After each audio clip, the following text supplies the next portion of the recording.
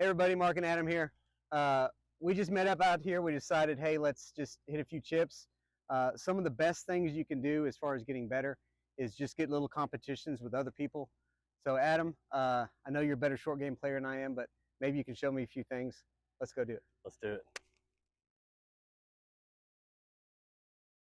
Just with you on this one, Mark, I try to hit this thing like a putt. Okay. And I try to set it up almost like a putt. A lot of similarities. I actually grip it. My normal grip is just an overlapper, but this one I literally will hold it like a putter grip. Okay. So we'll go on the second pin, right? Or the first pin. Are your feet closer together than with the putt? Yes, absolutely. It's going to be more like this. Okay, so you're a little toe heavy too? Yep, definitely toe heavy. I want my hands up like so. And then I'm literally just trying to, just like your pendulum, you know? Yeah. Just like so. Am I going to the second one there? Yeah, I'll go to the second one. So hold it like a putter. I'm narrow with my feet. I am just a skosh left. And then I'm just trying to hit it like a putt. A little bit, not a ton. See how it just gets on the ground quickly. And it's rolling like a putt. Ideally, I remember when I was a kid, growing up learning how to hit these shots, my dad, we used to put a tee on the very front of the green because that's where I wanted to land it. And then I would hit chip shots with all the clubs to see how far it would roll out. It's a really good drill. I think that's a good drill. If you could put 3 or 4 tees out there and try to land. Yeah. But I think the idea, Mark, of putting the tee down is if I hit an 8-iron and it hits where that tee is, let's see how far it rolls out. Then I hit a 7-iron and hit the same spot and see how far it rolls out. Sure. That way you know how far it rolls when you hit the bump and run. I can feel this because I've hit this shot my whole life, but I know that 8-iron is going to roll out. Of course, it hit the one ball, yeah. But that would have been pretty close to pin high. I know this 8-iron is going to roll out 20, 25 feet roughly if I hit the front of the green. Yeah, absolutely. And there's lots of applications. So for starters, for an amateur guy that's maybe a 15 to a 20 handicapper that's not very good with a wedge and they're putting from off the green, this is a good transition between a putter and a lob wedge or a 56 because it's just a putting stroke. That's all.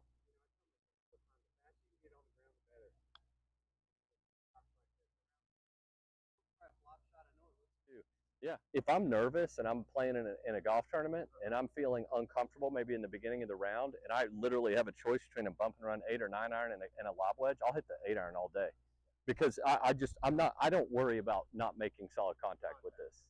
It's a putt. So my weight is definitely going to be left, no doubt. My feet are open and my body's open and my hands are forward. And the goal behind this, I want to hit the ball first. I don't want to hit back here, and I don't want to go chunking it. And I like to choke up because then I can feel the club head a little better. And I think half these shots are missed because people just are not set up correctly. So I'm choking up, I'm open, and then I'm leaning left, my hands are left, and it's just a little short mini swing.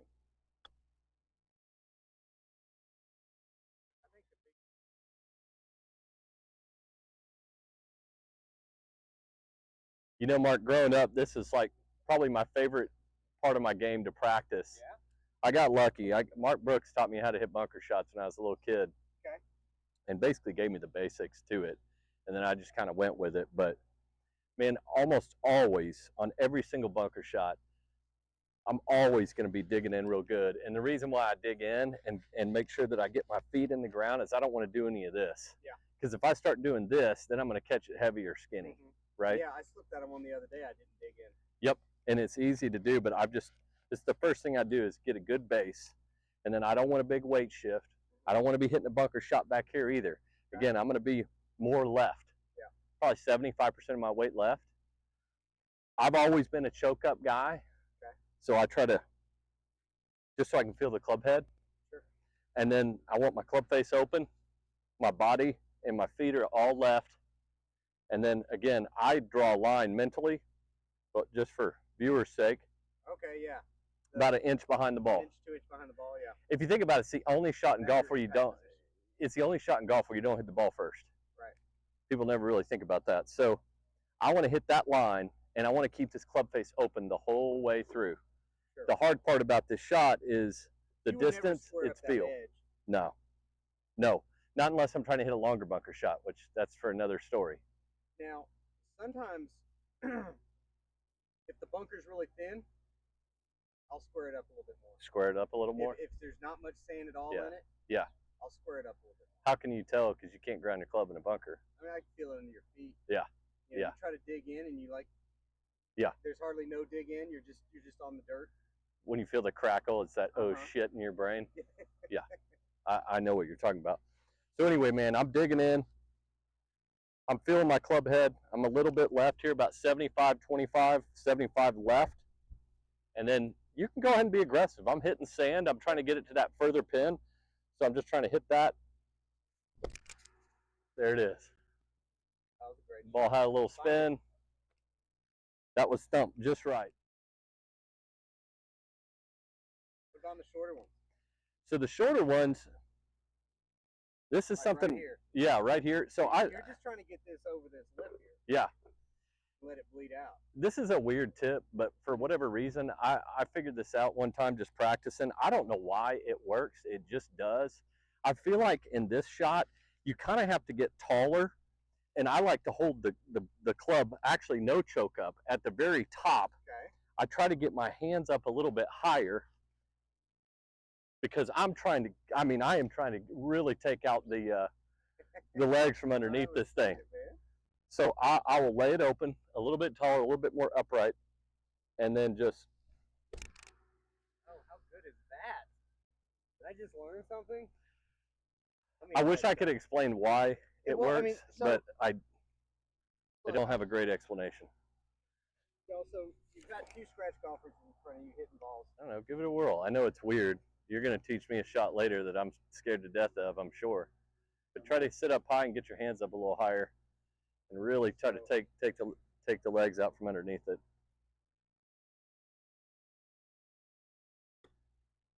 Isn't that weird? It's unexplainable.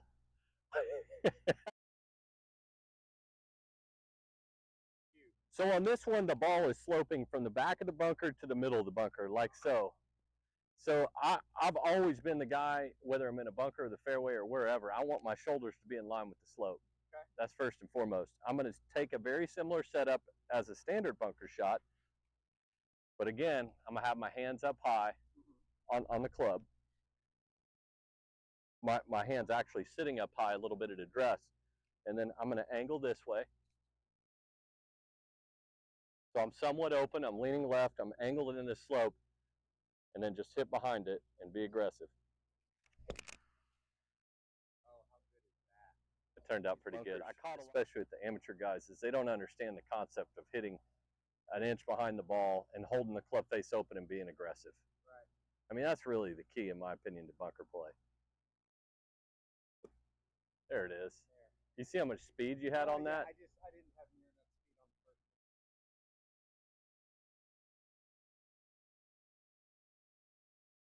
You know, I would say the only thing I'd probably do differently here, you got to use your imagination. It's a short game.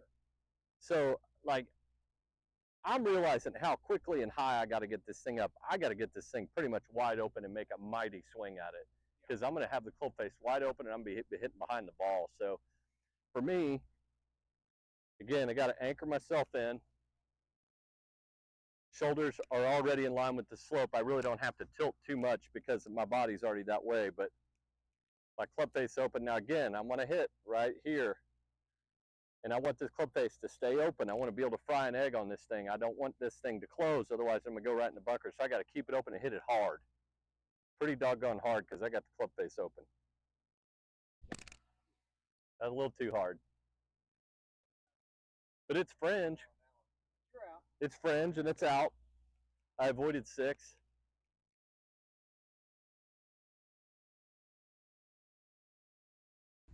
Thanks everyone for watching this episode. Be sure to check out our next episode where Adam and I work on shot shaping. Of course, be sure to click like and subscribe. Oh, nice. That worked out really well. Was that a